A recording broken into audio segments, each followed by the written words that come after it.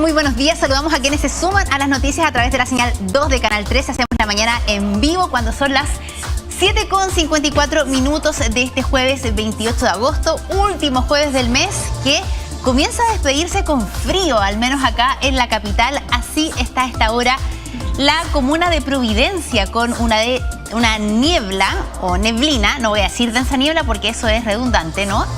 Pero es la tónica en varios sectores, particularmente en el sector poniente de la capital. Ha ingresado la vaguada costera y va a estar durante prácticamente todo el día nublando los cielos capitalinos. Tenemos actualmente 8.8 grados a esta hora.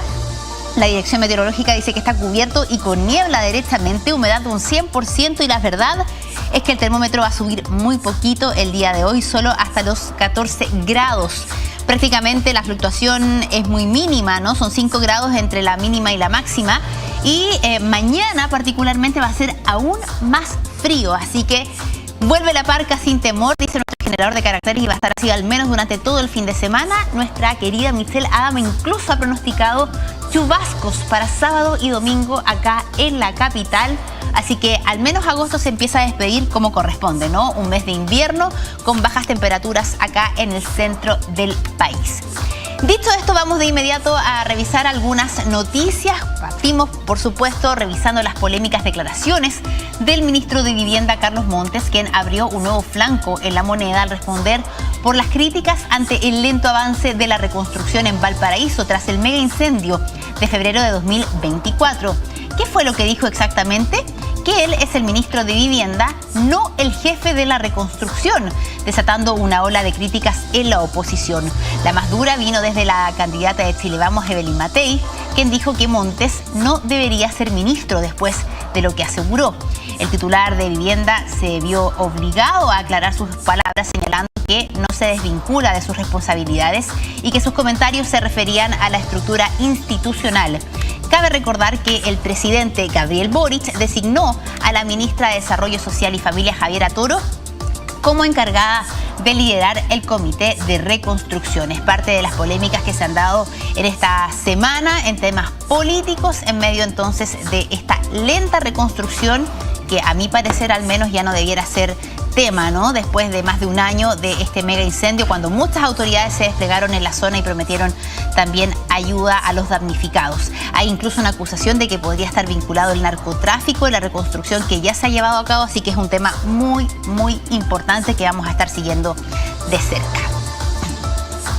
Vamos a seguir en política porque el Partido Republicano acusó intervencionismo electoral del gobierno en contra de José Antonio Kast. Ello tras la fuerte ofensiva de La Moneda cuestionando la propuesta para eliminar el préstamo de los trabajadores al Estado para financiar un aumento en las pensiones.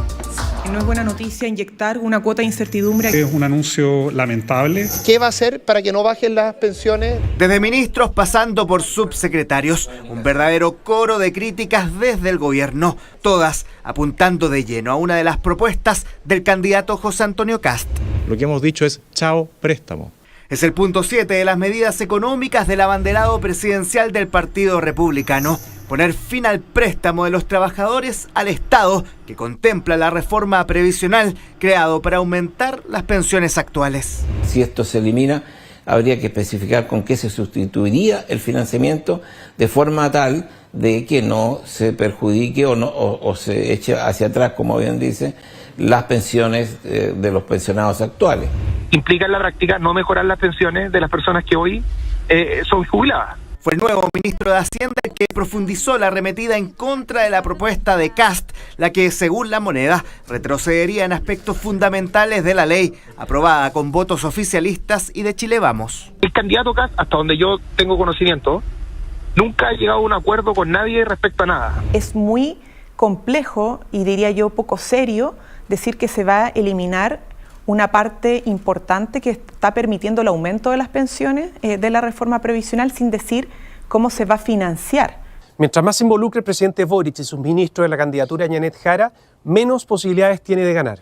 Y si bien esto nos favorece, evidentemente no podemos aceptar este nivel de intervencionismo. Es por eso que quienes apoyan la candidatura del republicano preparan acciones. Vamos a presentar un oficio en Contraloría para que se pueda fiscalizar a los ministros de Estado, a los subsecretarios y las directrices incluso de empresas públicas. Si ellos quieren hacer eso, entonces que renuncien a sus cargos en el gobierno y de hecho se vayan a la candidatura de Jara. Siendo esta reforma un proyecto impulsado por este gobierno, es perfectamente válido que sea el mismo gobierno quien alerte de esta situación. La propuesta contempla sustituir el préstamo de las personas al Estado con la inversión en instrumentos financieros. Y hay distintas maneras de tener al Estado cumpliendo con sus obligaciones y desarrollando todos los requisitos que están. Nosotros lo que hemos señalado es que no se va a perder nada, que todos los aumentos en las pensiones van a seguir tal como están. En medio de la controversia, el gobierno desestimó la acusación de intervencionismo. Obviamente hay total derecho y deber, además ético, del gobierno de defender, en primer lugar, una reforma que costó mucho tiempo sacarla adelante y salió con un amplio acuerdo. Polémica con el chao préstamo de Kast, que enfrenta su comando con el gobierno.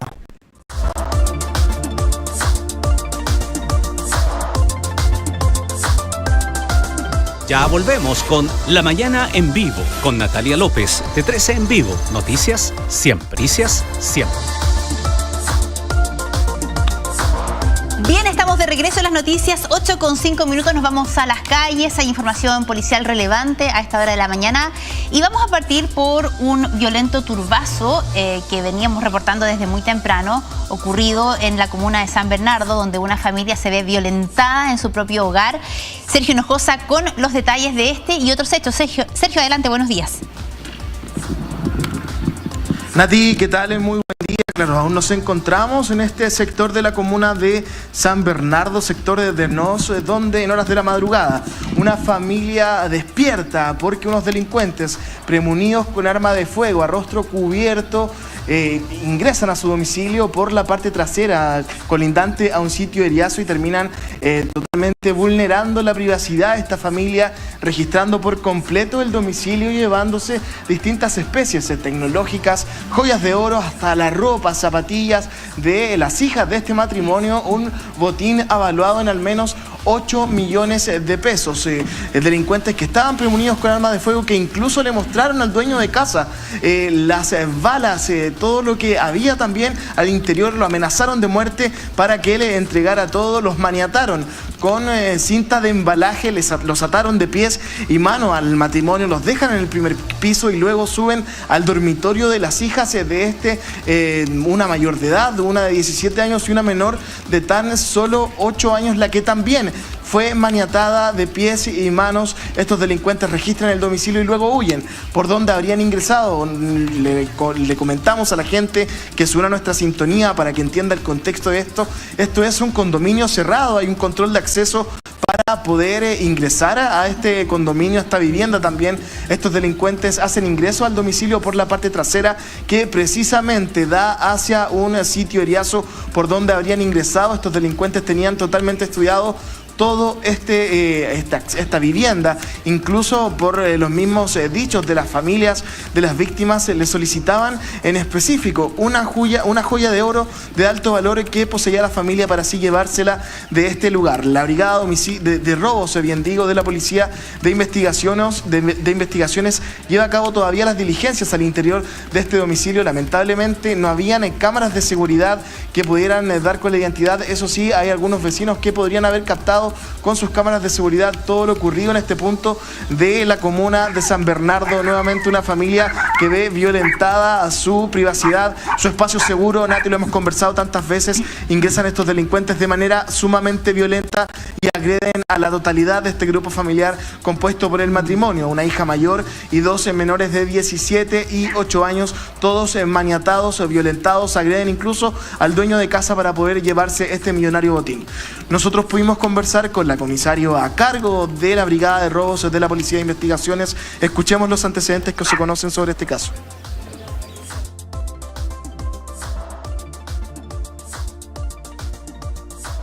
Serían al menos 6 sujetos premunidos con armas de fuego intimidan a las víctimas y además proceden a amarrarlos, sustraer diferentes especies como teléfonos celulares, notebook, además vestuarios, joyas y zapatos también, zapatillas, una gran cantidad de zapatillas. Estos ingresan por la parte posterior del inmueble a través del escalamiento y producen fuerza en uno de los ventanales de ingreso de la parte del comedor del domicilio. Portaban armas de fuego, los amenazan, incluso le muestran la munición a la víctima para convencerlo de que efectivamente portaban armas de fuego y lo amenazan de matarlo.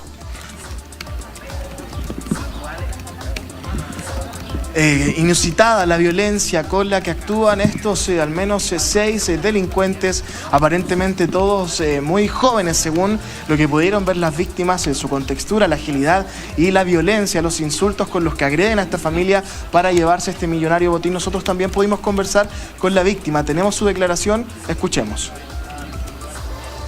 Amarraron a mis papás, les pegaron a mis papás y después los otros 3 subieron para arriba y nos amarraron a nosotras. Nos decían que dónde estaba la joya, que dónde estaba la plata. En todo momento yo pensé que esto era un dato absolutamente todo encapuchado y la mayoría de ellos eran cabros chicos. O sea, estoy hablando de 22, 23 años, no más que eso.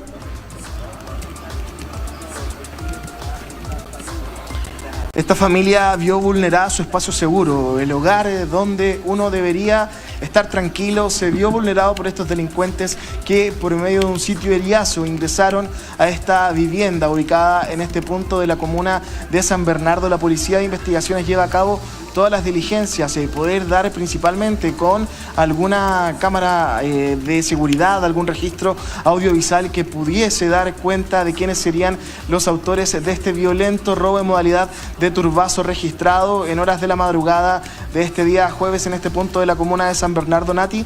Pero no es lo único que ha ocurrido en materia policial en esta jornada. Ahora nos trasladamos hacia la comuna de La Pintana porque cerca de las 21 horas se registró un homicidio frustrado. Un conductor fue baleado al interior de su vehículo en la intersección de Santa Rosa con Lo Blanco. Él recibe un disparo por parte de desconocidos, quienes aparentemente igual iban a bordo de otro vehículo. Le disparan en su cabeza, recibe un disparo en su mentón, herido, y todo se traslada hasta un centro asistencial, hasta el SAR Juanita, SAR Nueva Extremadura, en el sector de El Castillo, en la comuna de La Pintana. Ahí es trasladado rápidamente hasta el hospital Padre Hurtado debido a la gravedad de sus lesiones e ingresa con riesgo vital. Luego, afortunadamente, por el trabajo realizado por personal de salud, sale de este riesgo vital. Se encuentra, eso sí, aún internado. Según su propio relato hacia los carabineros, es que comenta que tenía rencillas anteriores con un sujeto y los indica como el posible autor de este homicidio frustrado. Nosotros conversamos con las policías, en voz de ellos escuchamos los antecedentes. Una persona había sido herida producto de impacto balístico. Posteriormente, Carabineros tomó conocimiento que una persona adulta, por sus propios medios, había ingresado al SAR Nueva Extremadura como una Pintana. Personal de salud lo trasladó en forma inmediata al hospital Padre Hurtado, donde está siendo atendido y está fuera de riesgo vital. Se estableció que esto había ocurrido el día de ayer, 27 de agosto, en horas de la tarde, en la intersección de Avenida Lo Blanco con Santa Rosa, comuna de La Pintana. Se encontraba una persona de sexo masculino, mayor de edad, el cual tenía una lesión por proyectil balístico en el rostro, y el móvil habrían sido rencillas anteriores que tendría la víctima con el imputado, del cual aún se están realizando las diligencias para establecer su identidad.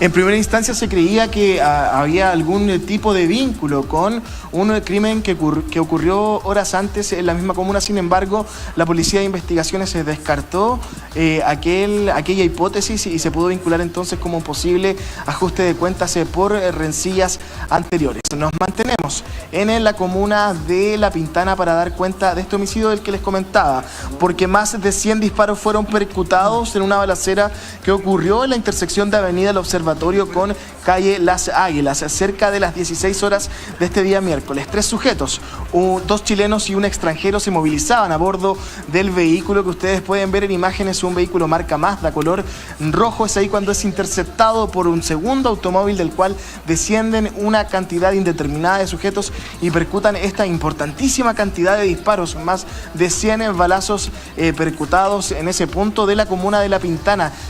Dan muerte en ese mismo lugar, en ese sitio del suceso, al conductor y hieren gravemente a los ocupantes, a estas dos personas que fueron trasladadas hasta el hospital Padre Hurtado, donde uno de ellos se mantiene con riesgo vital, el otro aún se encuentra en estado grave. Aparentemente se trataría de un ajuste de cuentas, ya que estas tres víctimas tienen antecedentes policiales ligados a las drogas. La Fiscalía ECO, el equipo en contra del crimen organizado y homicidios, en conjunto con la Brigada de Homicidios de la Policía de Investigaciones, investigan este caso, llevan a cabo las diligencias principalmente para poder identificar a estos atacantes, quienes con armas aparentemente semiautomáticas percutan y realizan este triple homicidio, uno de ellos consumado, dos frustrados. Tenemos declaraciones de las autoridades, incluso del alcalde de la comuna de La Pintana. Revisemos. Un vehículo el cual se desplazaba por Avenida Observatorio en dirección al poniente, aparentemente habría sido bloqueado su desplazamiento, habrían descendido unos tipos de este vehículo y le habrían efectuado una cantidad indeterminada de disparos hacia el interior del vehículo, en este caso el vehículo Mazda, resultando lamentablemente el conductor fallecido. Como todos sabemos, la droga y el armamento en manos de civiles es el corazón de este problema, ¿no?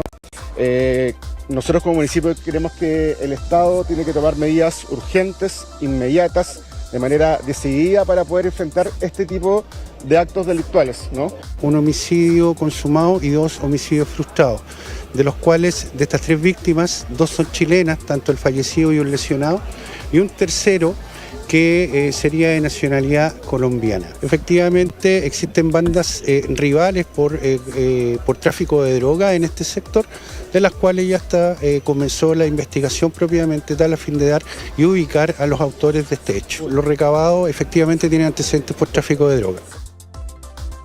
Son múltiples impactos balísticos los que impactan en el vehículo, causando la muerte a una persona. Hay otra persona que está en riesgo vital y hay otra persona que está grave en el hospital Padre Hurtado. No hay información respecto de que haya intercambio de disparos, más bien parece como un ataque directo al vehículo Mazda color rojo, donde iban 2 ocupantes en su interior, el chofer y el copiloto.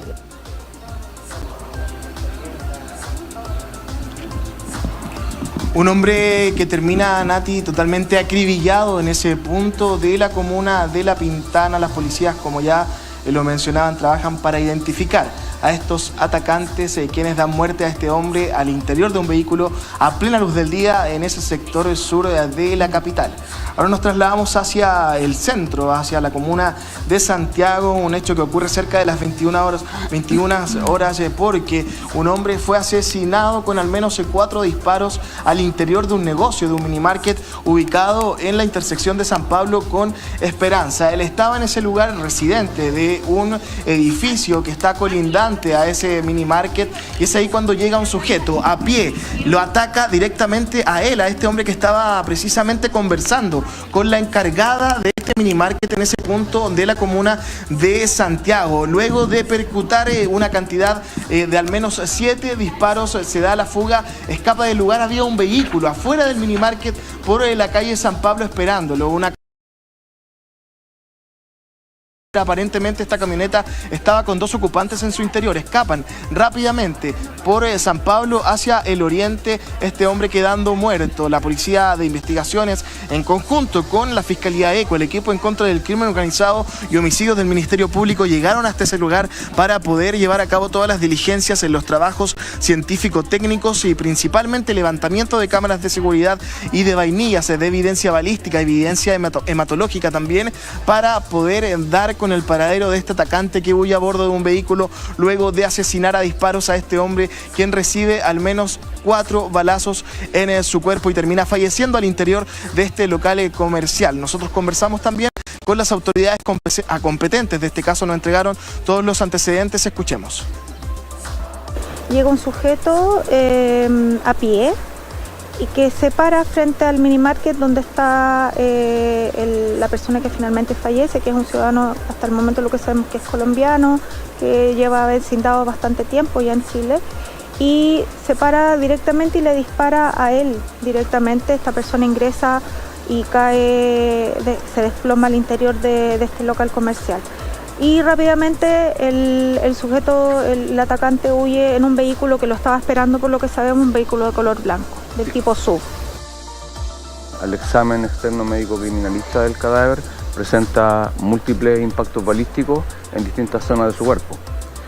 Paralelamente, a partir del trabajo del sitio del suceso, se está fijando y levantando diversos tipos de evidencia criminalística, entre ellos evidencia balística, evidencia hematológica y evidencia química, que será remitida al Laboratorio Criminalística Central.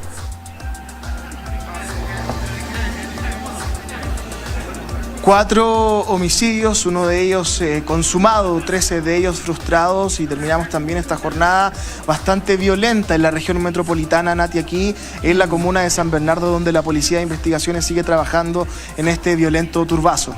Sí, escuchábamos más temprano también las declaraciones en vivo de una de las afectadas, y la verdad es que uno no puede sino comulgar con lo que ella dice, ¿no? Gente trabajadora que lucha para tener su casa, sus cositas, y bueno, llega gente violenta y hace lo que ocurrió en esta madrugada. Ahora, esperemos que si hay cámaras de seguridad en el sector puedan dar algunas luces de quiénes están detrás de esto. Ella decía, eran quizás menores de edad, eran jóvenes, decía ella, no más de 20 años.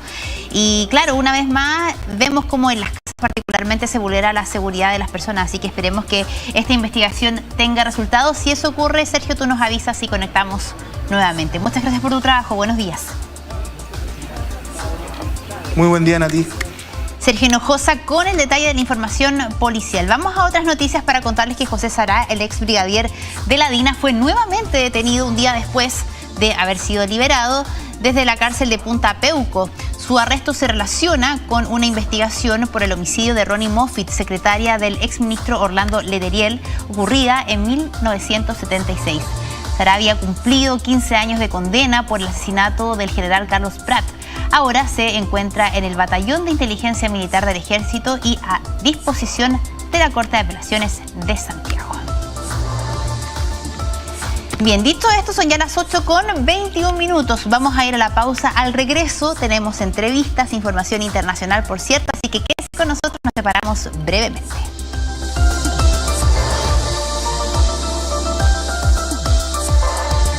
Ya volvemos con La Mañana en Vivo, con Natalia López, de 13 en Vivo, Noticias Siempre. Sigue con La Mañana en Vivo, con Natalia López, de 13 en Vivo, Noticias Siempre.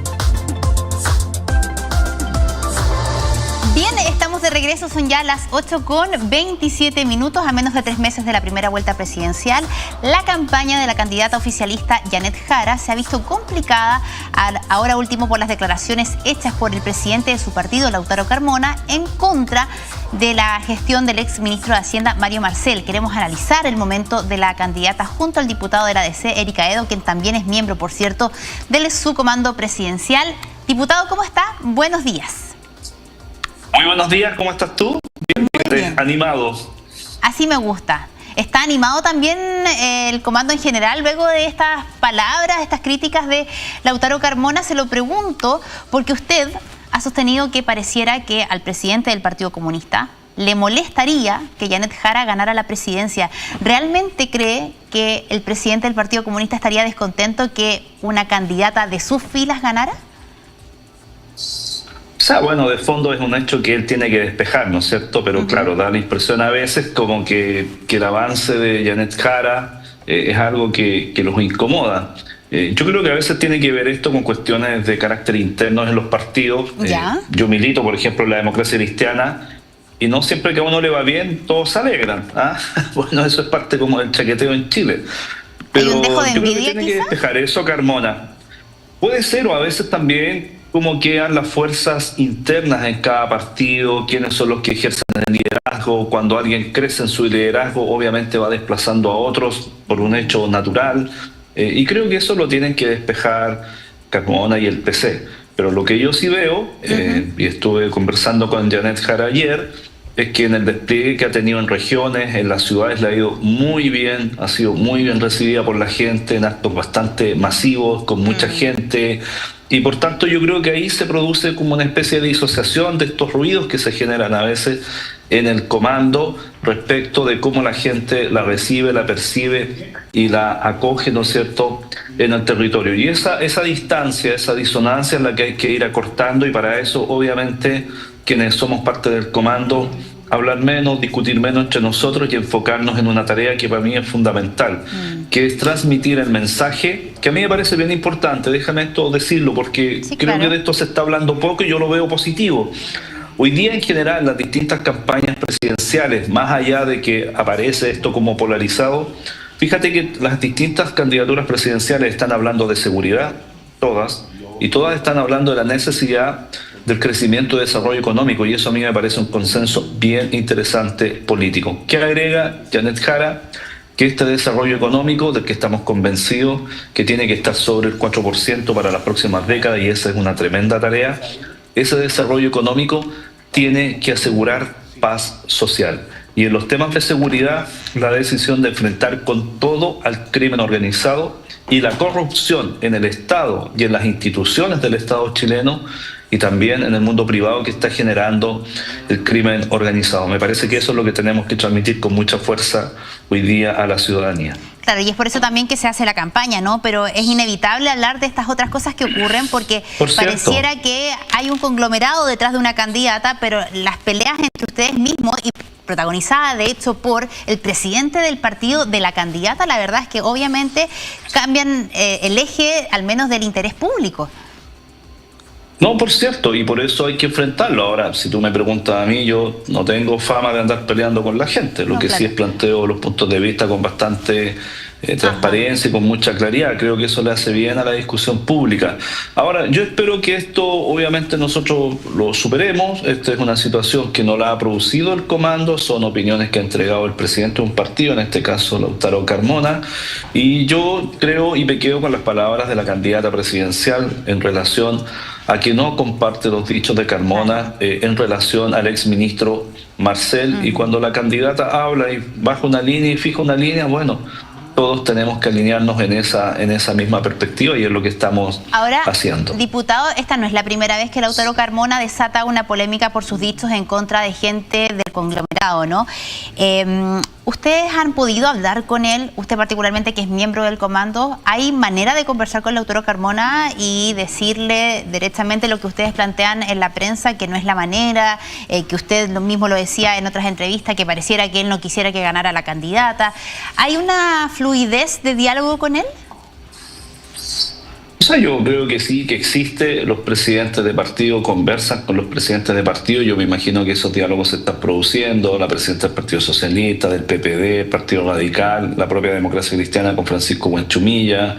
Yo he tenido oportunidad de hablar con Lautaro Carmona, no ahora, no a raíz de esto, obviamente anterior a esto, pero obviamente hay un equipo estratégico que lleva ese tipo de conversaciones. Yo me imagino que están ocurriendo, y me imagino que también del entorno más cercano está Bárbara Figueroa, ¿no es cierto? En el comando están conversando con Lautaro Carmona. Pero yo creo que esto hay que seguir adelante. La verdad es que creo que el despliegue territorial que está teniendo Janet Jara ha sido muy importante, y a mí la verdad es que me alegra mucho que estemos hablando en temas de seguridad, del temor que tiene la gente. El temor que tiene la gente hoy día no es solo que te asalten, el temor es que te maten, que te asesinen. Ese es el temor que está instalado en la población. Estaba viendo las noticias, no sé, esto junto contigo mientras esperaba acá en la sala de espera, cuando me conectaba. Imagínate que en la región del Biobío este año van 60 asesinatos, 60, la mayor parte acá en la provincia de Concepción, y eso es simplemente porque las autoridades locales, alcaldes, que hoy día pretenden ser parlamentarios, incluso algunos, y autoridades regionales, cuando uno les advirtió hace 1 año, 2 años atrás que el crimen organizado se estaba instalando, la verdad es que prefirieron esconder la cabeza como la avestruz, o hacerse los lesos, o decir que uno estaba exagerando, pero bueno, ese crimen organizado hoy día lleva 60 asesinatos en la región del Biobío, por ejemplo. Claro, la crisis de seguridad viene de hace un buen tiempo. No se la quiero achacar porque no es justo a este último gobierno. Pero también la gente podría pensar... No, estoy achacando no, yo no estoy diciendo que yo no se la... Yo particularmente, no, lo que yo le estoy... Perfecto, ya. Le reitero mi idea. no le quiero achacar la crisis Perfecto. de seguridad a solo este último gobierno porque viene de antes, eso no hay que desmentirlo, ¿no? Pero también la gente pudiera pensar que con el gobierno de Gabriel Boric la sensación de inseguridad sigue. Y Janet Jara representa un poco la continuidad del presidente Gabriel Boric. De hecho, fue su ministra del Trabajo. ¿Por qué hoy día la gente tendría que votar por Janet Jara confiando en que se va a salir de la crisis de seguridad si en el gobierno de Gabriel Boric eso no ha podido ocurrir? Mira, tu pregunta me encanta y lo voy a contestar con mucha libertad. Porque yo soy parte del comando de Janet Jara y apoyo a Janet Jara. Yo llegué al Congreso en marzo del año 2022. En agosto del año 2022 sacamos las conclusiones de la Comisión Investigadora de Robo de Madera, que estaba detrás del crimen organizado, que era parte de la violencia que operaba en Arauco y en la Araucanía, que en el año 2021 robó 5.000 hectáreas de bosque, que financió armamento, que asesinó a chilenos y chilenas, incluido carabineros. Eso venía sucediendo, escucha bien, desde el año 1997. Y yo me he hecho siempre la siguiente pregunta. Si yo fui capaz de ver eso en 3 meses, 4 meses, ¿qué pasó con el resto de los parlamentarios? Incluso hoy día, candidatos presidenciales que fueron parlamentarios durante 16 años en Chile, algunos diputados y otros diputados y senadoras, y nunca vieron ese crimen organizado en Arauco y la Araucanía. ¿Por qué no hicieron nada? ¿Por qué se quedaron de brazos cruzados? ¿Soy yo tan maravilloso que en 4 meses logro desarticular o mirar lo que está sucediendo ahí y enfrentar ese crimen organizado? Pero la semana pasada murió un trabajador en la Araucanía, o sea, no es que el tema esté solucionado. No está superado, pero ¿sabes lo que quedó en evidencia? Que aquí no habían reivindicaciones de pueblo originario, que había crimen organizado que robaba el equivalente a 72 parques O'Higgins al año. Claro, pero la crisis de seguridad a la que yo planteo es otra cosa. No, es que yo estoy no, si esto es crimen organizado. Y yo lo que estoy planteando es por qué el mundo político y algunos que hoy día pretenden ser candidatos presidenciales, en un hecho que viene de 1997, guardaron silencio y no hicieron nada. Eso es lo que estoy diciendo. Entonces, cuando tú me haces la pregunta respecto de Janet Jara, yo lo que te estoy diciendo es que al lado de Janet Jara habemos personas que enfrentamos al crimen organizado, que no escondimos la cabeza, que no nos hicimos los lesos, que no nos pasamos 16 años en el Parlamento sin hacer nada, mirando para el techo. Eso es lo que te estoy diciendo. Pero la entonces, evaluación esa es la seguridad suya, que también tienen las personas. Pero la evaluación suya respecto a la crisis de seguridad con el gobierno de Gabriel Boric, ¿es positiva? Mi evaluación es que este gobierno, que partió creyendo que en la Araucanía y en Arauco había reivindicaciones del Gualmapu, se dio cuenta que lo que estaba enfrentando era crimen organizado. Y este gobierno, a pesar que al principio no lo quería hacer, pero extrapolémoslo a la realidad de todo el país. 60 oportunidades. Más allá de lo que pasa en la región de la Araucanía, estoy hablando del crimen que afecta a la persona común y corriente. No quiero desmerecer lo que pasa en la Araucanía, que por cierto es muy grave. Pero estoy hablando de la crisis de seguridad en general, a la gente que la asaltan en la casa, en los portonazos. Fíjate que el ¿Lo ha hecho bien el gobierno? Fíjate que el gobierno hace un esfuerzo y yo espero que ese esfuerzo lo haga todo el mundo político. Porque cuando tú tienes un candidato presidencial que va a una cena con un jefe del crimen organizado que está detrás del robo de cables, de cobre, tú das una mala señal. Eso también hay que decirlo, po. Esas son las señales que dañan el combate al crimen organizado. Le reitero la pregunta, ¿la evaluación de ustedes es buena del gobierno de Gabriel Boric en temas de seguridad? La evaluación es que este es el gobierno que ha aprobado más leyes en el ámbito de seguridad en los últimos 10 años. Este es el gobierno que ha aprobado más leyes y lo ha hecho con apoyo del Parlamento. Y lo ha hecho a veces incluso no con el apoyo de todo el sector del oficialismo. Muchas de estas leyes las hemos aprobado desde el Partido Socialista, los partidos de centro como la Democracia Cristiana, hasta la UDI. Eso también hay que decirlo. A veces, como la ley Naim Retamal, hubo sectores de derecha y también de izquierda que no apoyaron esa ley. Y por eso en los temas de seguridad yo creo que lo que hay que buscar es un acuerdo entre los sectores políticos de oposición o oficialismo que quieran enfrentar en serio el crimen organizado y no con eslogan.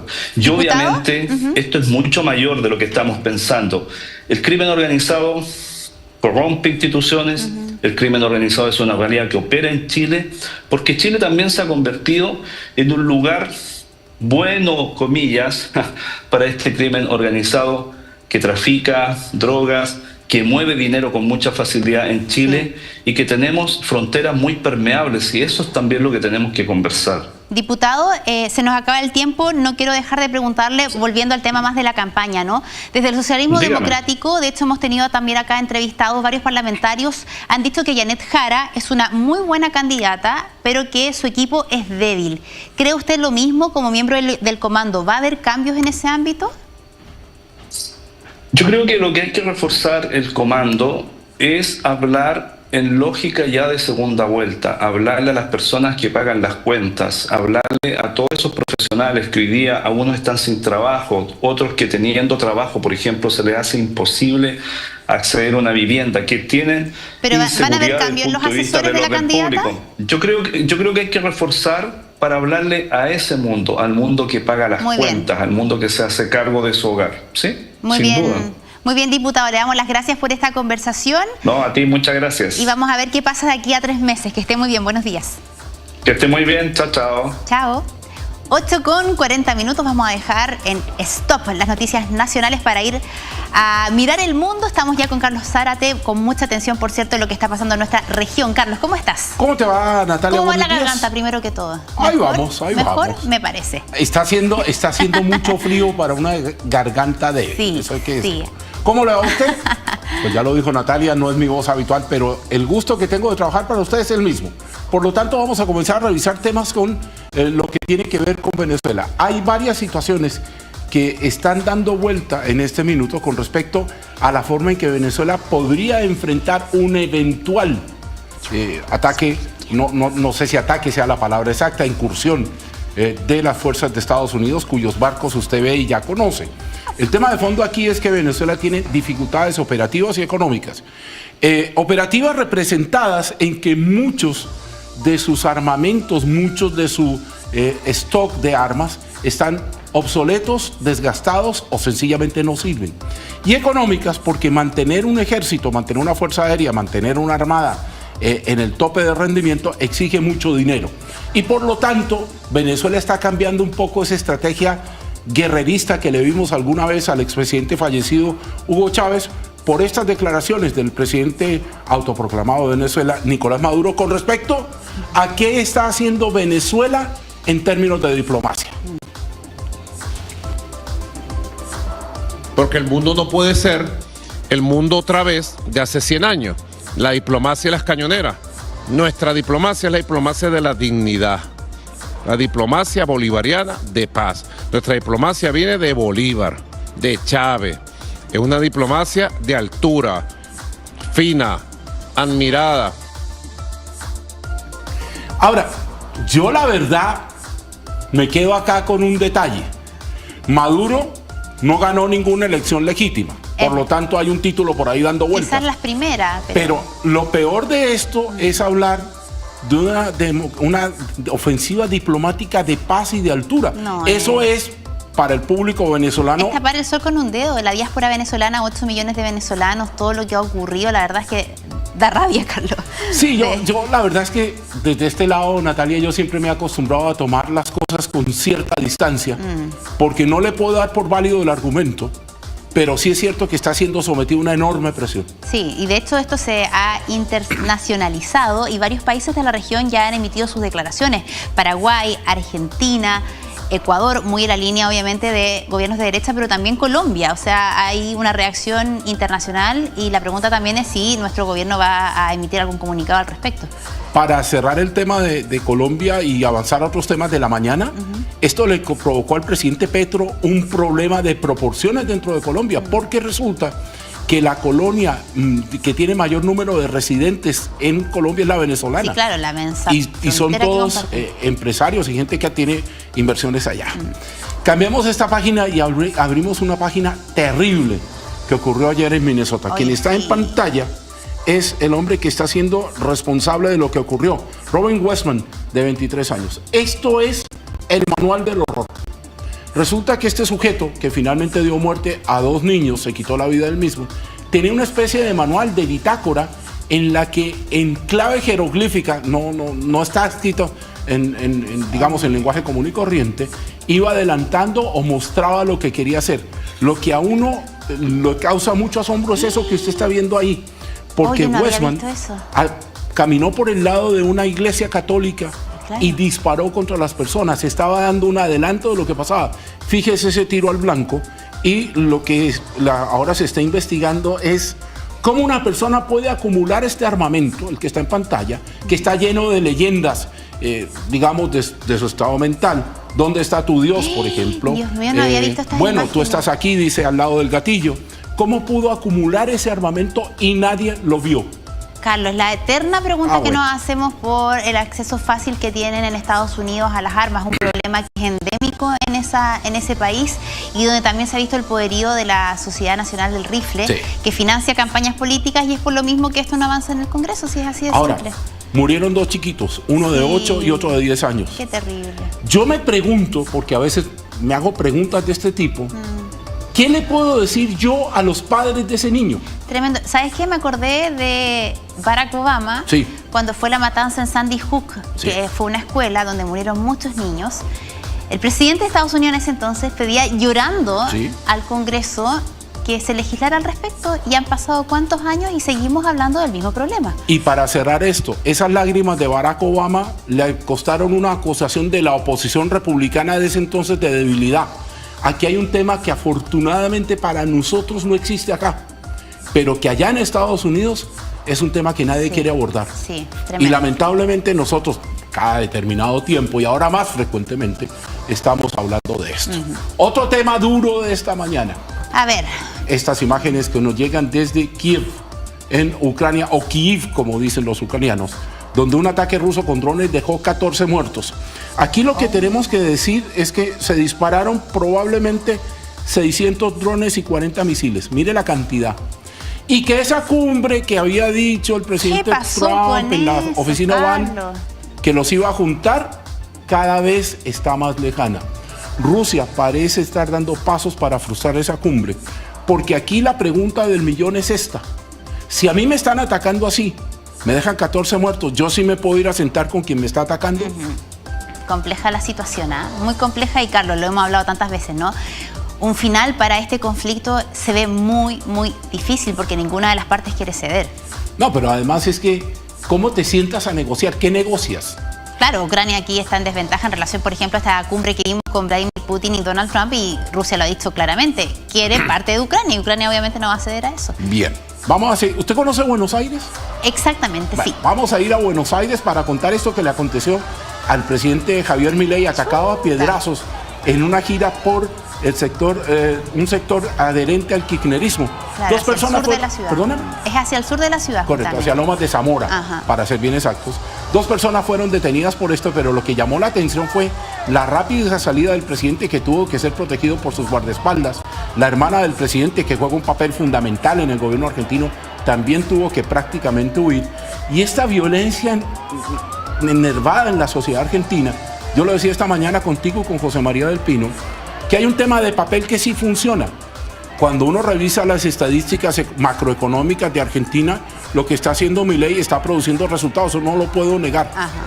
Pero hay sectores en los que eso no llega. Todo esto en medio de un escándalo de corrupción que el gobierno argentino está tratando de sofocar como se puede. Ahí va uno de los detenidos, vamos a ver qué cargos se le formulan a este hombre, con un malestar también que tiene que ver, por ejemplo, con varias cosas. Una, el tema de los jubilados que no se reajustaron las pensiones. Sí, claro. ¿Quieres saber otra? A ver. El gobierno argentino no va a destinar dinero a transmitir el Campeonato Mundial de Fútbol como lo hacía siempre en la televisión abierta. Claro, que está recortando los gastos que eran abismantes en el Estado. Milei lo que dice es por qué el sistema público... No hay plata. Claro, va a gastar 8 millones de dólares en derechos. Bueno, el que lo quiera ver, que lo pague. Vamos a ver cómo acontece aquello, cómo evoluciona aquello. Ahí está la huida de uno de los funcionarios captada por la televisión argentina y nuestros equipos internacionales acá en el canal. Digamos que poco digno eso de salir huyendo en una motocicleta. ¿Cambio de imágenes? ¿Dónde vamos, Carlos? A un ring. Esto pasó en México. Pelearon Gerardo Fernández Noroña, líder de una de las facciones, y Alejandro Moreno, líder de la otra, oficialismo y oposición. Estaba nuestro colega y de pronto... La noticia ahí mismo en su espalda. Se corrió para ver este incidente Golpes iban y golpes venían. Oye, finalmente, se terminó cayendo. aquí, ¿sabe cuál era la discusión? ¿Cuál? Si el autoproclamado presidente de Venezuela era narcotraficante o no. Y por eso terminaron agarrados. O sea, en México se encienden los ánimos también por lo que está pasando en Venezuela. México tiene su historia en eso. Por supuesto. José María del Pino esta mañana dijo una cosa que yo no la tenía en el radar, pero que me hace sentido. ¿Por qué recuperamos a México? Porque México podría ser uno de los destinos de salida de Nicolás Maduro. Ahora, uno que conoce un poquito de esto, yo no creo que la presidenta Sheinbaum se arriesgue a aquello. Claro. Estoy de acuerdo con aquello. ¿Tenemos un bonus track? A ver. A ver. Mire. Incendios en España. Está la embarrada, dicho un buen chileno, en España con eso. Los reyes fueron a saludar a los bomberos. Ya. ¿Y sabe qué hicieron los bomberos? No saludaron a la autoridad regional, al presidente de la autonomía de Castilla y León. ¿De dónde sabe qué más? Muy bien el saludo a los reyes, que entre otras cosas fueron muy bien recibidos. Pero resulta que los bomberos dijeron no. Saludaron sí a los reyes, sí, pero claro, no a las autoridades locales. Cuando repitamos la imagen vamos a ver cómo saludan a los reyes. Ahí está, mire. Y mire el de acá, el señor de gris. Mire cómo le dicen no. No. Ahí le están diciendo que no. Cosa rara dentro de todo, ¿no? Uno siempre dice que las autoridades van a cualquier parte y las saludan igual. No, tremendo. Y bueno, las imágenes, Carlos, hablan por sí solas. Sí. Llevamos ¿cuántas semanas hablando de los problemas de los incendios en España? Porque han sido devastadores. Te diría ojo de buen cubero, como dicen los españoles, unas 3 semanas por lo menos. Sí, por lo menos. Así que bueno, vamos a ver si estos guiños que, claro, son señales, ¿no? Son finalmente es lenguaje no verbal. ¿Pero sabe qué rescato yo? Dígame. Que si usted está molesto y le llevan a una persona para saludarla, pues usted puede decirle y listo. Sí, estoy de acuerdo. Carlos Zárate, yo no soy molesto, por eso te saludo desde acá. Por supuesto, nunca estamos molestos. Que estés muy bien, Carlos, que tengas una buena jornada. Buenos días. 8:50. Atención con lo siguiente, volvemos al ámbito nacional porque los 5 policías y un civil, todos bolivianos, que el domingo traspasaron sin autorización la frontera de nuestro país, están detenidos en Calama. Desde Bolivia aseguran que los uniformados perseguían un vehículo cargado con droga. Este viernes serán formalizados. 5 policías y un civil, todos de nacionalidad boliviana, ingresaron de forma ilegal la noche de este domingo a nuestro país. Fueron descubiertos por carabineros en cercanías del paso fronterizo Itocajón en Antofagasta. Y tras su detención, los uniformados extranjeros señalaron que venían persiguiendo un hombre que transportaba droga. Una camioneta de características no identificadas intenta atropellar efectivos policiales para evadir el control antinarcóticos. De esa forma es que la patrulla que estaba haciendo el control, el dispositivo estático de control, inicia una persecución por el sector desértico. Minutos después, la camioneta choca y queda atrapada en medio de la nieve. Es ahí donde los policías bolivianos logran detener al supuesto delincuente y se percatan de la presencia de carabineros de Chile. Recién entonces se habrían dado cuenta que cruzaron la frontera. Asimismo, han retenido armamento de dotación que estaban transportando nuestros efectivos. Se encuentra retenido el vehículo. Nuestros efectivos antinarcóticos venían cumpliendo su misión, que es luchar contra el narcotráfico. No es primera vez que uniformados bolivianos traspasan la frontera. La más reciente fue a comienzos de año, cuando militares atravesaron por Colchán y declararon haberse perdido. No hubo enfrentamientos, muy distinto a lo ocurrido en septiembre de 2021. Tenemos, al parecer, personas que se hacen pasar o son militares del país de Nacionalidad de Bolivia. Frontera norte del país, y esto pasaba la madrugada de este miércoles. En el suelo, 3 militares bolivianos, quienes los detenían, personal del OS-9 de Carabineros. Hace minutos hubo una balacera entre la policía chilena e integrantes del ejército altiplánico. En este caso, y según la información que se ha entregado hasta el momento, los policías cruzaron frontera por el paso Portezuelo del Cajón y su detención se habría realizado en la ruta B243. Las fronteras de nuestro país parecieran tierra de nadie. Como lo habíamos denunciado, ya se corrobora que los policías bolivianos que fueron detenidos en territorio chileno sí tenían aparentemente o droga, armamento, y no me cabe ninguna duda que también están involucrados en el robo de vehículos, algo que vemos a diario en Calama, en San Pedro de Atacama, en Antofagasta. No puede ser que en nuestro territorio sea permanentemente un flanco de ingreso donde las policías bolivianas, que no es primera vez que ingresan a nuestro territorio, se han encontrado bajo estas condiciones y que hasta el día de hoy no se tenga certeza de qué fue lo que ocurrió. Los 6 ciudadanos bolivianos están detenidos en Calama a la espera de ser formalizados la jornada del viernes 29 de agosto. Seguimos en el ámbito policial porque el empresario dueño de la única Cybertruck de Tesla que circula por Chile fue detenido por la PDI en Temuco. Ocurrió durante la llamada Operación Plata Fácil. Se trata de una investigación donde ya van al menos 30 detenidos, entre ellos un funcionario judicial. Apenas empezó a rodar por Temuco, llamó la atención de todos. Porque hasta ahora es la única Cybertruck de Tesla que circula en Chile. El vehículo eléctrico y blindado del gigante americano no dejó indiferente a nadie. Como una camioneta, pero cuadrada entera. Sí, sin pica, muy bonito. Se veía bacán, como mostraban en la tele, güey. Yo lo había visto en video, güey, entonces se veía bacán. La verdad es que está bastante genial. El giro del volante es esto, no tiene más que eso. Pero su dueño, el empresario José Albojara, fue detenido. Estas imágenes a las que accedió Tele 13 muestran parte de la operación Plata Fácil. La PDI allanó domicilios y empresas, incautaron vehículos de alta gama y hasta una avioneta. El delito que investiga la Fiscalía de Alta Complejidad de la Araucanía es lavado de activos. Ya van al menos 30 detenidos. Los imputados habrían conformado una asociación ilícita para falsificar instrumentos, crear empresas de papel y la obtención fraudulenta de créditos. Consiste en la ocultación o disimulación de dinero o de bienes que provienen de ilícitos graves, tales como el narcotráfico, la trata de blancas, el tráfico ilícito de maderas, etcétera, con la finalidad de introducirlo blanqueado a un mercado. Por ahora la investigación se desarrolla con absoluta reserva. Sí se sabe que entre los detenidos hay un funcionario del Tribunal de Juicio Oral de Temuco. La Fiscalía amplió la detención de todos los imputados hasta el jueves, cuando serían formalizados. Desde el momento de la detención, las policías, bajo la dirección del Ministerio Público, puedan realizar actividades de incautación, de obtención de antecedentes valiosos, impedir que pueda remitirse, por ejemplo, dinero ilícito a otros países, de que pueda ocultarse la información. Ni la Fiscalía ni la PDI quisieron referirse al caso de momento, sin que se descarten nuevas detenciones. Tampoco quiso hablar en cámara la familia del empresario dueño de esta Cybertruck.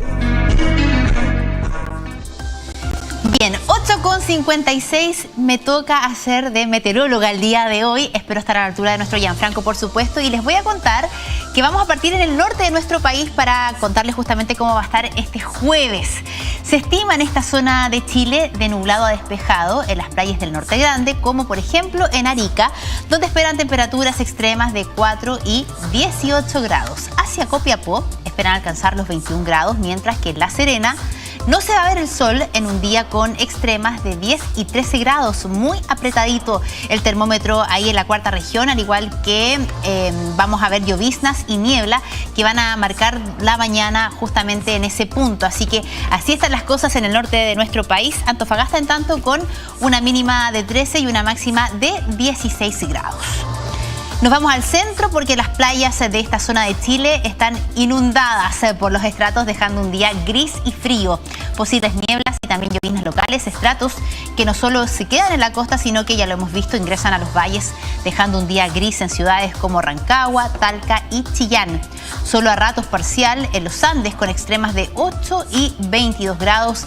Hacia Chillán tenemos una mínima de 7, máxima de 13, y en Talca sube un termómetro tanto la mínima como la máxima.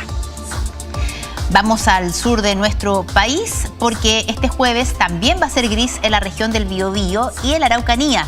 En Temuco amanecieron con 7 grados y esperan llegar a los 14. En la región de los ríos y también en los lagos amaneció nublado y así va a estar gran parte también de la jornada.